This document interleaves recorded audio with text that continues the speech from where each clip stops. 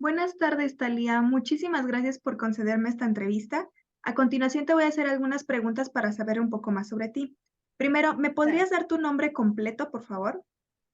Silvia Talía Guillén Castro, Ok. ¿Cuál es tu edad? 52. ¿Formación profesional? Estoy acabando la licenciatura en SUAYED con área de profundización, necesidades educativas especiales. Ok. ¿Tienes antigüedad laboral en alguna institución actual? No, aunque sí he trabajado en algunas. Trabajé en una casa, bueno, era más voluntaria que trabajo, en una casa hogar que se llama Patronato Francisco Méndez. Ok. En esa casa, ¿cuál era tu puesto de trabajo? Estaba de docente. Ok. Perfecto. Empezaré con las preguntas. Tú como psicóloga educativa me vas a responder de acuerdo a lo que yo te pregunte, pues.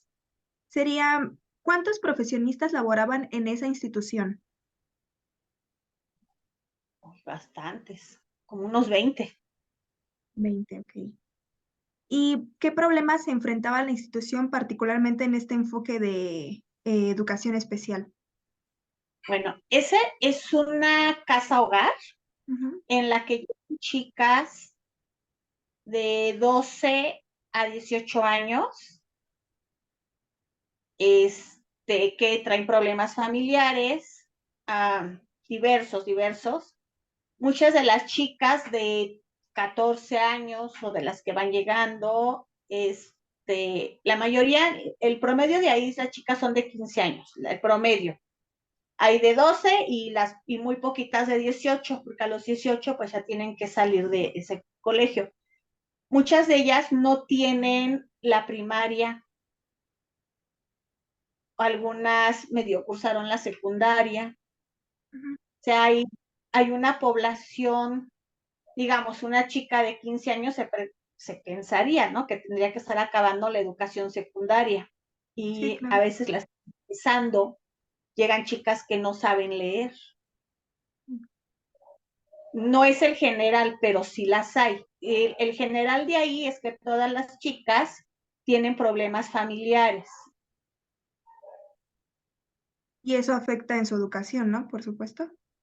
Sí, el llegar a la edad de 15 años y no saber leer ya traen un retraso educativo tremendo, ya se están enfrentando a una adultez casi inmediata porque les quedan 3 años en la que se van a enfrentar al mundo sin leer. De hecho, ya se están enfrentando al mundo sin leer, sin hacer cuentas. O sea, el poder alcanzar una educación superior les va a costar mucho más trabajo que a las personas que han llevado una educación regular. No es imposible, pero les va a costar más trabajo.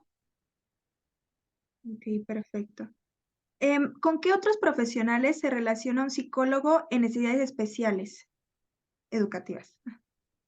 Fíjate que sobre todo en las prácticas que me tocaron, de repente tienes que atender un poquito de compañeros de psicología de la salud, con optometristas, con médicos generales, porque muchos de los problemas educativos, a lo mejor el estudiante dice, es que no aprende, pero a lo mejor no aprende o porque no oye bien o porque no ve bien. Entonces, ahí tienes que como que ver hacia dónde lo vas a dirigir antes de intervenir, saber que el niño esté bien, bueno, que el menor esté bien, que esté sano, digamos, que que vea, que escuche, porque a veces no se dan cuenta los papás, a veces ni los maestros en la escuela se dan cuenta hasta que llega una evaluación. Son pocos los niños que llegan ya con una evaluación a la primaria tal cual y tiene este problema. Generalmente es cuando es muy, muy notorio, pero cuando son pequeños problemas o que ni siquiera se ven, nadie los toma en cuenta. Entonces, sí es multidisciplinar y tienes que saber hacia dónde lo vas a ir dirigiendo. Si necesita que vean lo de su vista, igual hasta trae muelas picadas y le está afectando porque, oye, si le duelen, no se va a concentrar. Entonces, tienes que ver así que con todos, con otros compañeros de otras áreas de psicología, con todo lo que sería medicina, o sea, desde que esté bien nutrido, desde que llegue desayunado, o sea, es que son, o sea, o sea, todo el niño tienes que ver que esté bien porque puede ser muchísimas razones por las que no está aprendiendo. Ok, perfecto. ¿Cuál es el proceso de evaluación que sigue un psicólogo en necesidades educativas especiales?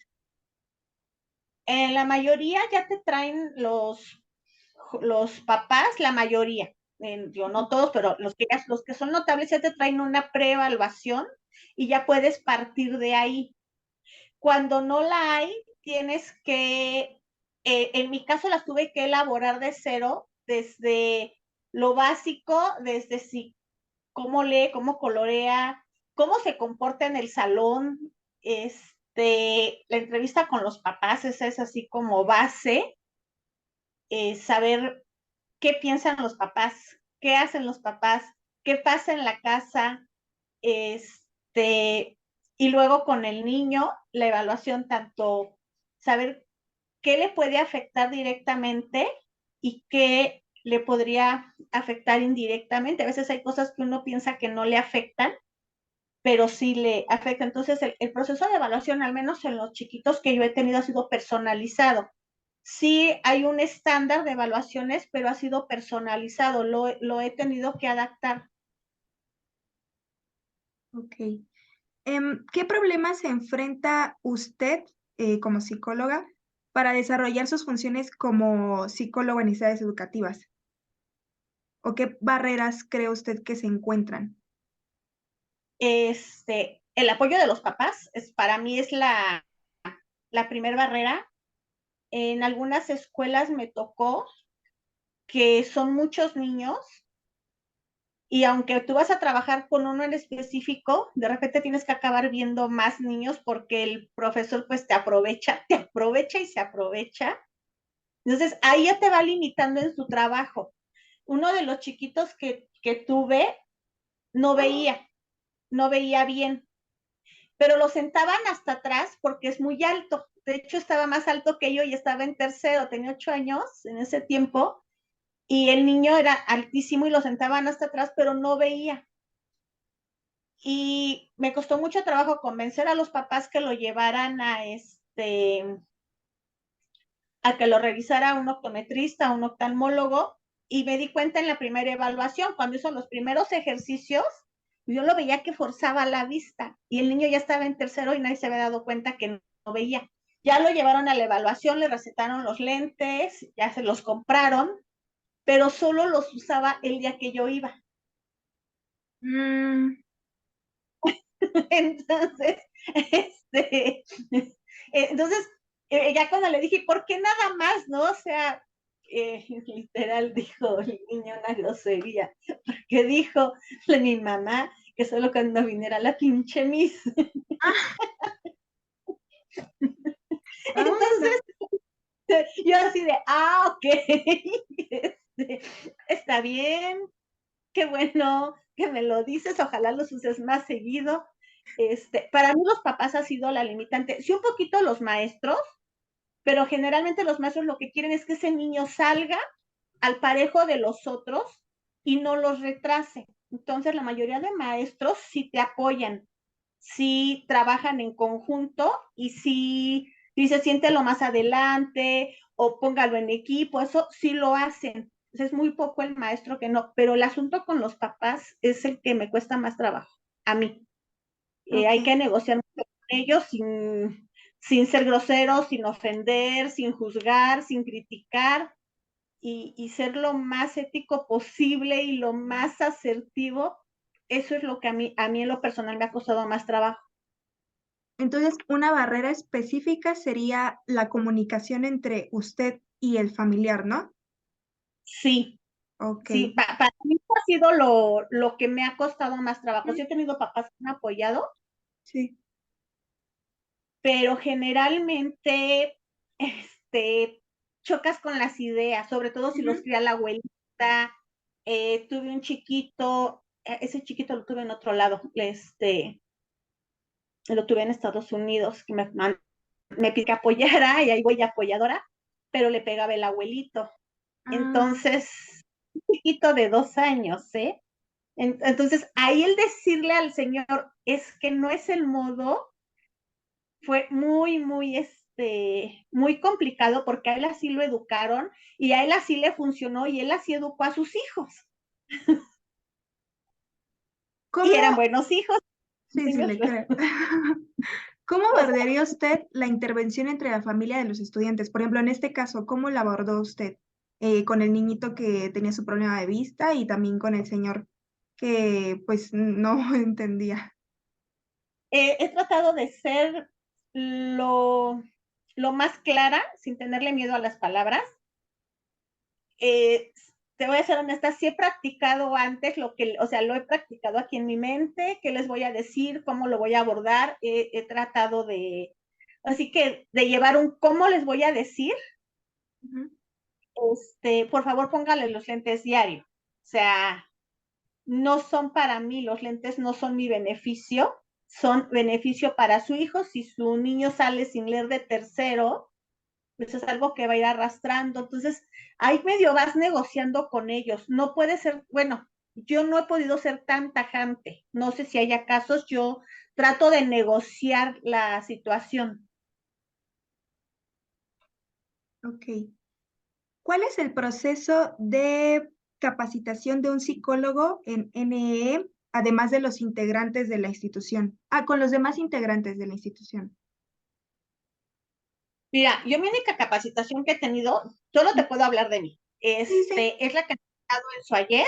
Si tomas educación especial, te va a tocar con el profesor Daniel, que para mi gusto es buenísimo y que te va guiando paso a paso cómo ir abordando cada caso.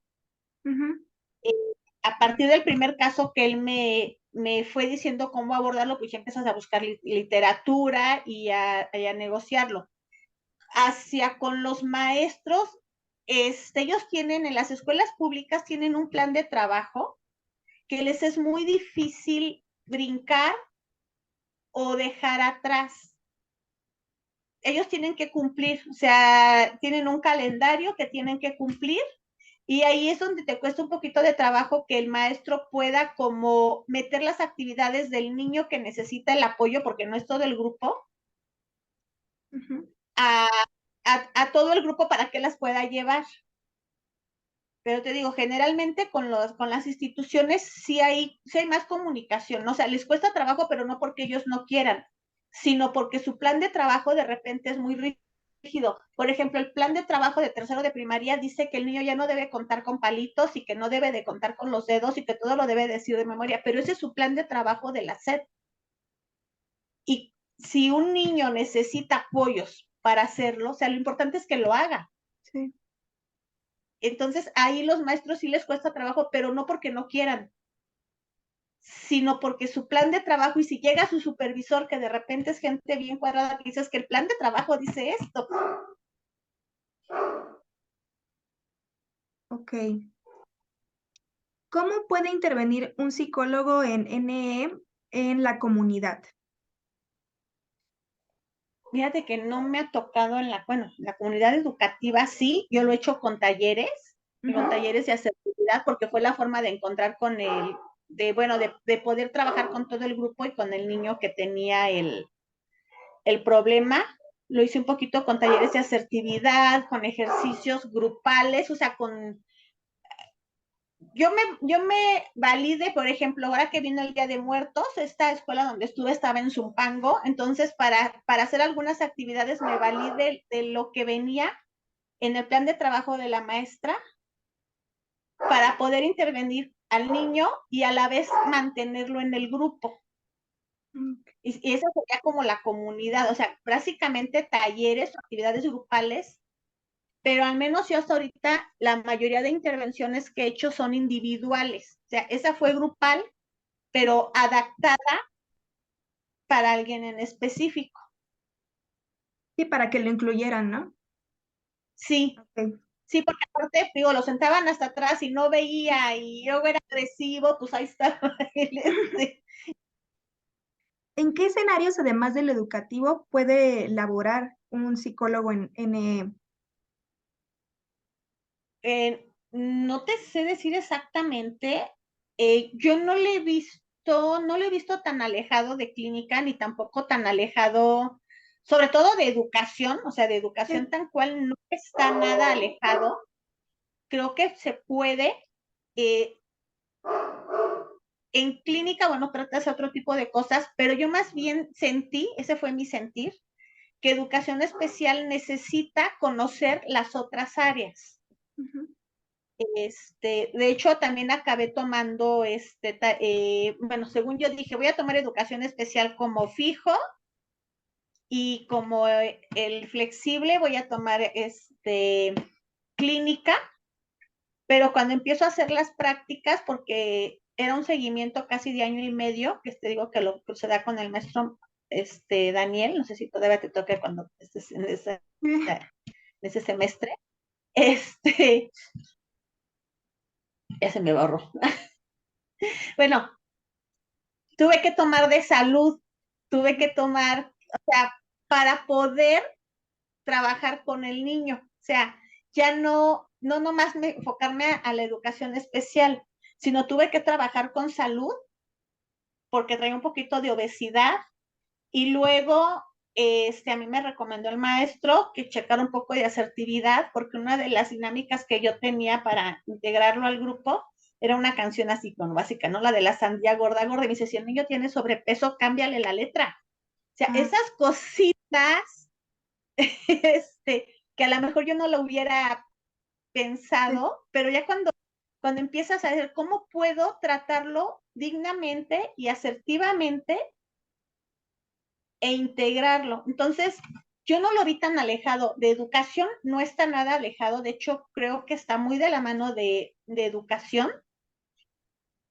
Y no sé si se puede en salud, porque sí es otro campo, pero creo que salud sí lo necesitas para educación especial, desde que tienes que conocer, pues, algunas trastornos y enfermedades que les pueden afectar. Ok. En la institución donde usted laboraba, ¿qué funciones usted tenía a cargo? Además de eh, los talleres individualizados, ¿me comentó usted? Bueno, no eran individualizados, eran grupales, pero Ah, ok. estaban como destinados a un Ah, niño, ajá. pero se les tenía que dar a todos. Sí, sí, A no, nada más ese. solo ese. Ok. Nada más, yo iba una vez a la semana, en esa donde te digo que hice las prácticas, Ujú. iba una vez a la semana, llevaba yo pues lo que iba a trabajar con el niño en individual y lo que iba a trabajar con el niño en general. Y nada más. En la escuela en la que te digo que es casa hogar, también nada más llevaba yo mi material para trabajar en mi horario con las chicas, y nada más. Ok. No tenía otra función. Entonces, no se ha intervenido en otra cosa aparte de esta, No, ¿no? Ok. ¿Y qué modelo de integración o inclusión educativa abordabas? ahí ya me perdí, fíjate.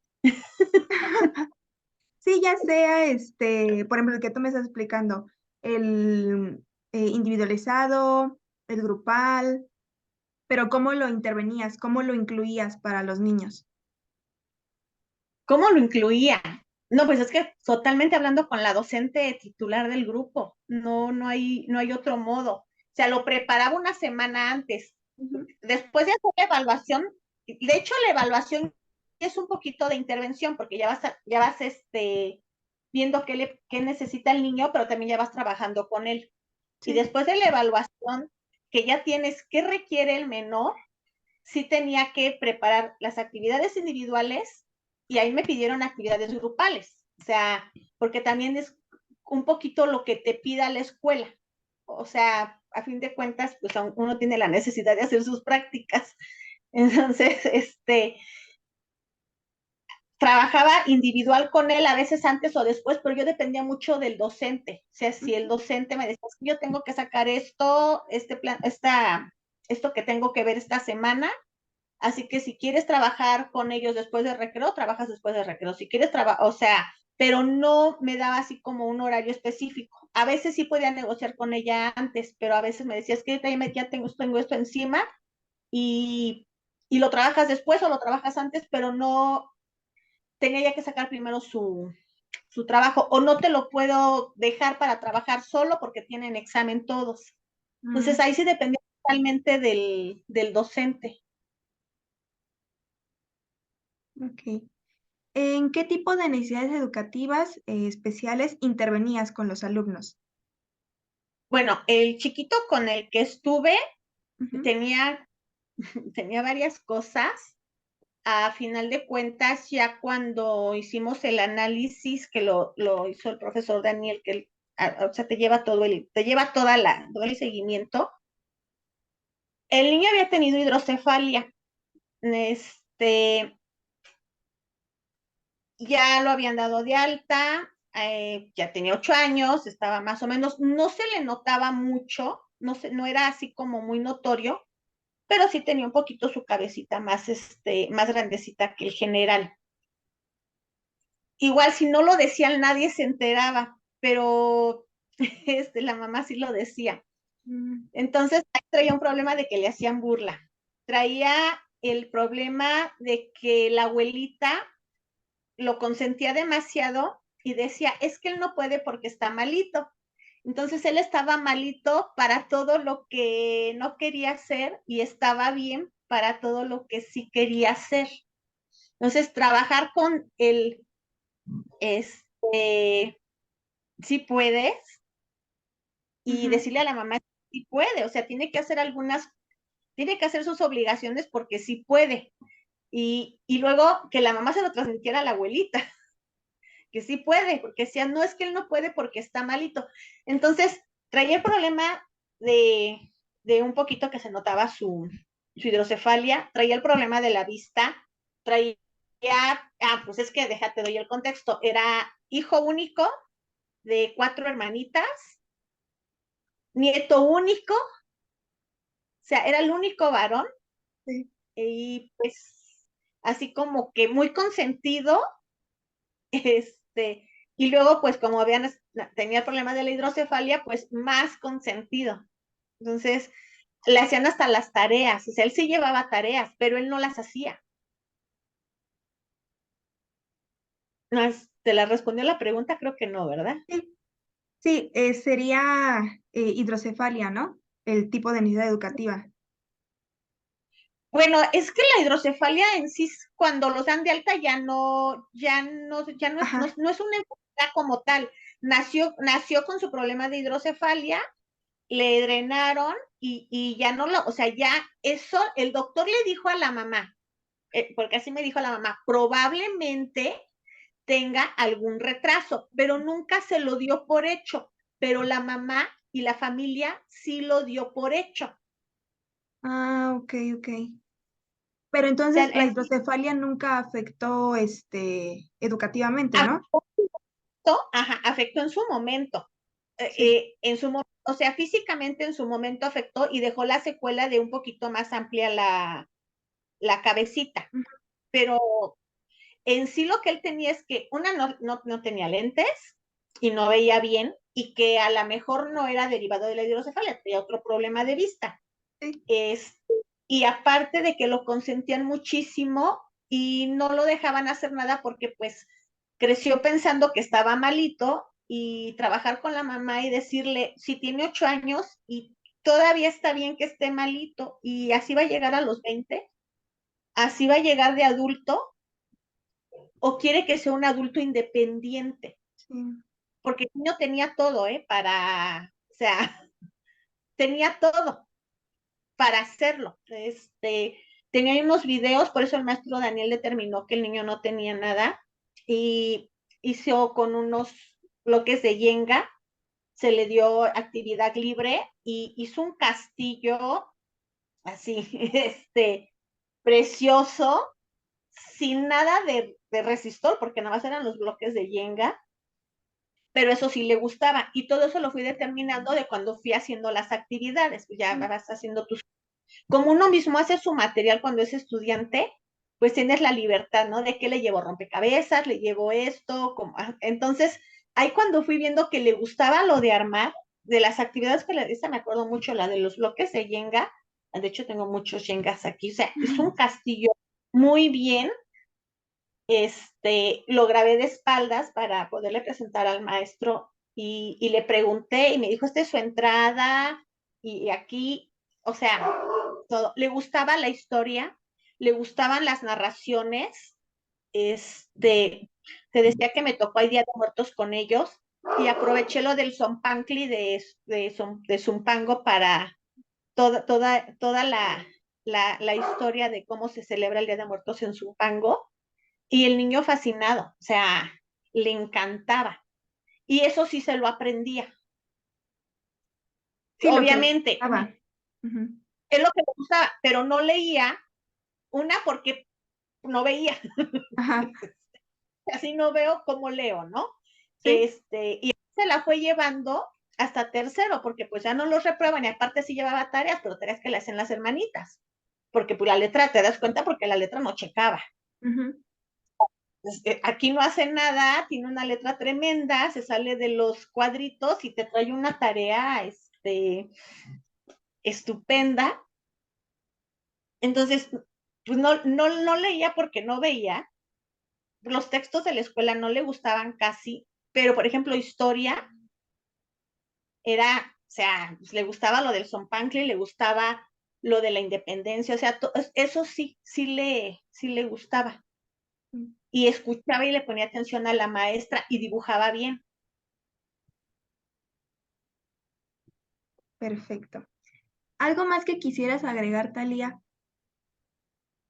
Bueno, yo te voy a ser bien honesta. Cuando yo entré a necesidades educativas especiales, en algún momento pensé que iba a haber síndrome de Down, que Sí. iba a haber autismo. Sí lo ves, o sea, sí hay, pero a fin de cuentas, lo que más me tocó trabajar y lo que más me ha tocado, y aparte que es lo que más me gusta, es esas barreras que no se notan, pero que pueden hacer la diferencia en que alguien apruebe o no apruebe un ciclo escolar o cómo lo aprueban, ¿no? Porque a fin de cuentas lo aprueban, pero el cómo lo aprueba y el cómo va a salir preparado de ese ciclo en el que está y que son cosas que dicen, a lo mejor no es importante para muchos si la silla está bien, si tiene la luz adecuada, o sea, todas esas cositas a mí me fueron gustando más a fin de cuentas que, digo, sí me tocó hacer algunos trabajos de trastorno de TDAH, sí me tocó, o sea, sí, todo eso sí lo hice, pero cuando me tocaron las prácticas sí vi esas cosas que hacen la diferencia, además entre un niño cuidado y un niño golpeado, porque la mayoría de veces los golpean porque los consideran tontos o porque no aprenden. Cuando te digo, era los lentes y era el cambiarle el chip de si puedes al de Sí, no puedo porque estoy malito. porque, ajá. Entonces, esa era la diferencia, porque aparte de que sí estaba consentido, también el padrastro de repente se desesperaba. Entonces, dices, esas cositas a mí me gustaron mucho. Digo, yo iba con una idea y cuando te vas dando cuenta, dices, o sea, es mucho más amplio de lo que yo había pensado. Sí, de lo que Y te por ejemplo, enseñan, ¿no? sí, por ejemplo, el caso de las chicas del internado también, o sea, el, es un colegio en el que llegan niñas que han sido abusadas y obviamente lo único que quieren en algún momento es o no volver a saber del amor o como en su familia les metieron la idea que casándose es un logro y si no eres virgen ya no te vas a casar, entonces lo que quieren es rapidito casarse con alguien para cubrir ese requisito, o sea, entonces están pensando en eso y aparte que traen un problema real, Ujú. pero también traen un problema educativo. Digo, obviamente, si alguien es violado en su casa, ya te puedes dar cuenta de todo el contexto que trae, ¿no? O sea, pues de todo el descuido, pues no nomás en lo físico, en lo educativo, en lo alimenticio. Entonces, eso me gustó mucho esa área de esas cosas que dicen, nada tienen que ver con tu capacidad intelectual, sino con todo lo que traes atrás que te está atrasando. Y tu entorno, ¿no? Sí, todo el entorno que traen las personas. Ok. Muchísimas gracias por compartir. Doy por finalizada la entrevista para que pueda parar la grabación.